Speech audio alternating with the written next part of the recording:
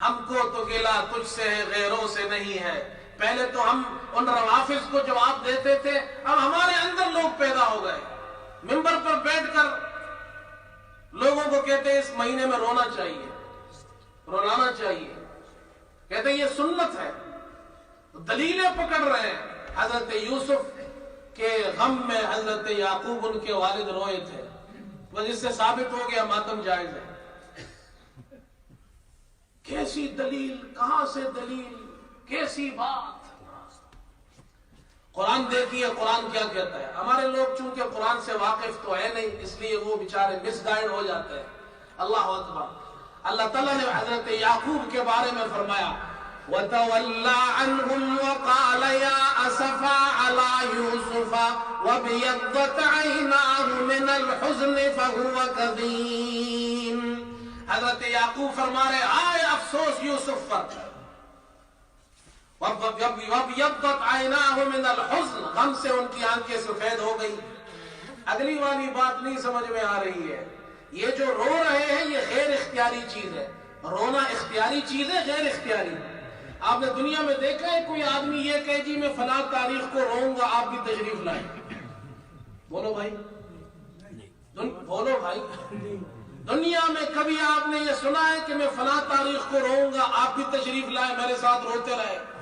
رونا غیر اختیاری چیز ہے، اس لیے اسلام میں منع نہیں ہے. لیکن مارنا، پیٹنا، سینہ کو بھی کرنا یہ اختیاری عمل ہے. اسلام نے اس سے روکا ہے، یہ بے صبری ہے.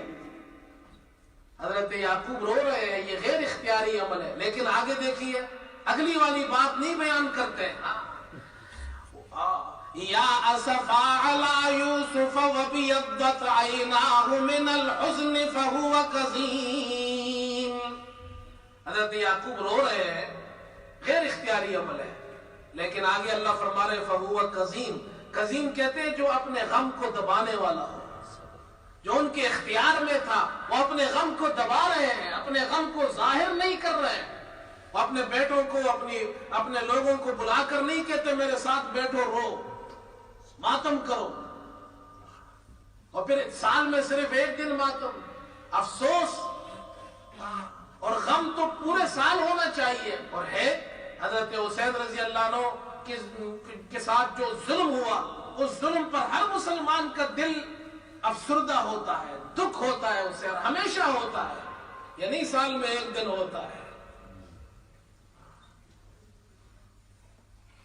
اور پھر یہ کہنا کہ رسول کریم صلی اللہ علیہ وسلم کے پاس حضرت جبریل آئے.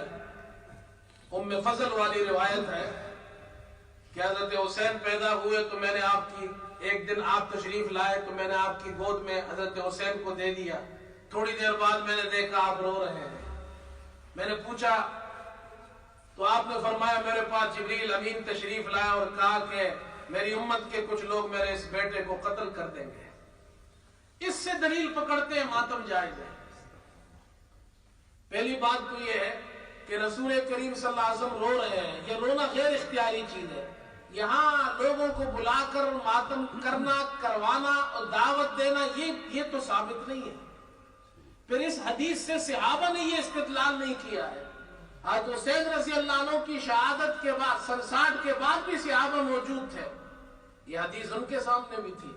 پھر ام فضل خود وہاں موجود ہے جو یہ حدیث بیان کر رہی، وہ تو نہیں رو رہی. یہ ساری باتیں ذہن میں رکھیں. اگر اور اسلام میں سوگ 3 دن تک ہے، اس سے زیادہ تو سوگ بھی نہیں ہے. اور اس میں بھی حکم یہ ہے کہ تم نوحہ مت کرو، اپنے آپ کو مارو پیٹو مت. ہاں اگر آنکھوں سے آنسو بہ رہے یہ غیر اختیاری چیز ہے. پھر حضرت ابراہیم کی وفات جو رسول کریم صلی اللہ علیہ وسلم کے بیٹے آپ کے ہاتھوں میں ہوئی ہے، آپ کے آنکھوں سے آنسو جاری ہوئے، ان کا ماتم کیوں نہیں ہوتا؟ وہاں بھی تو آپ روئے ہیں. یہ غیر اختیاری چیز ہے. رونے سے یہ ثابت نہیں ہوتا ہے کہ جن لوگوں کو ماتم کی دعوت دی جائے اور رلانے کی محفل بنائی جائے. علماء نے تو یہاں تک لکھا ہے، کیونکہ یہ اہل سنت کا شعار نہیں ہے، روافض کا شعار ہے، اس لیے محرم کے مہینے میں ایسے واقعات بیان کرنا، اس طریقے سے بیان کرنا کہ لوگوں کو اس کو رلایا جائے، یہ منع ہے۔